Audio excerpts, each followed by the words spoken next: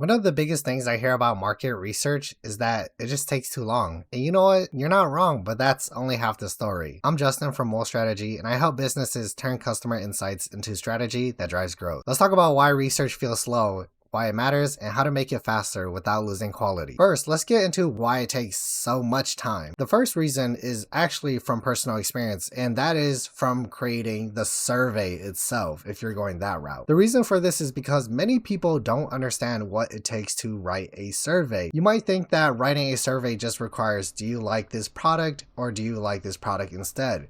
But if you know anything about writing surveys, you would realize what's wrong with that question in the first place. The answer is that you're asking two questions at once. And so being able to design the right questions without biases, without making it too confusing or complicated, is not something that can just be winged. Additionally, another thing that delays the research is recruiting participants sometimes when you're in highly niche fields or targeting a specific population that is hard to target in the first place. Another thing that takes a lot of time is analyzing the data as well and ensuring that the data is not biased or answering the question that you specifically want answered. And so it's important to remember that good research isn't about speed, but about accuracy and how well you can get things to be reliable at the same time. Because it's important that things can't be valid without being reliable in the first place. And so that might be good to know, but let's look at the cost of rushing in case you're still not convinced. For example, if you have a poor survey design, you're not going to have good data. This can be data that's hard to interpret. It can also have misleading insight. And additionally, that would just be money and time wasted. And you would have to restart the process in the first place and spend even more money. So let's get into how to make research a bit faster without breaking accuracy,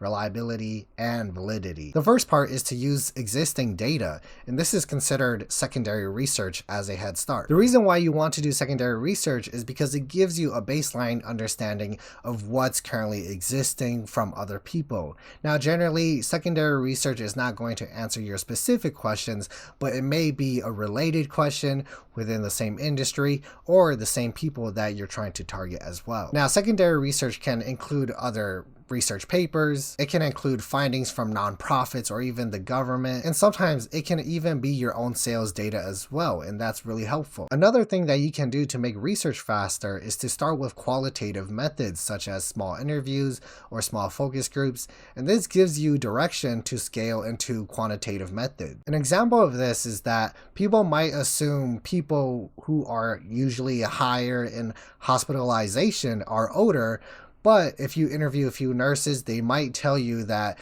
no, generally it's the broken arm kid. And that might be enough to go and research quantitatively to parents and kind of why that is. That was probably a bad example, but you get the point. Another thing that helps research go faster is to use companies that do all the sourcing for you. And this is really helpful when you're trying to find quick insights within a population. Another thing that's really helpful is to use AI. AI is generally good at creating initial survey forms and questions for you. But of course, you should always tweak it and ensure that it is matching up to the best standards. In general, I'd say that market research, or at least a full-scale project, can take anywhere from a few months to even up to a year to do. But at the minimum, I'd say from anywhere of 2 to 3 months is the sweet spot. And generally, this is in the context of having a few team members assist with the project as well, up to 5 people.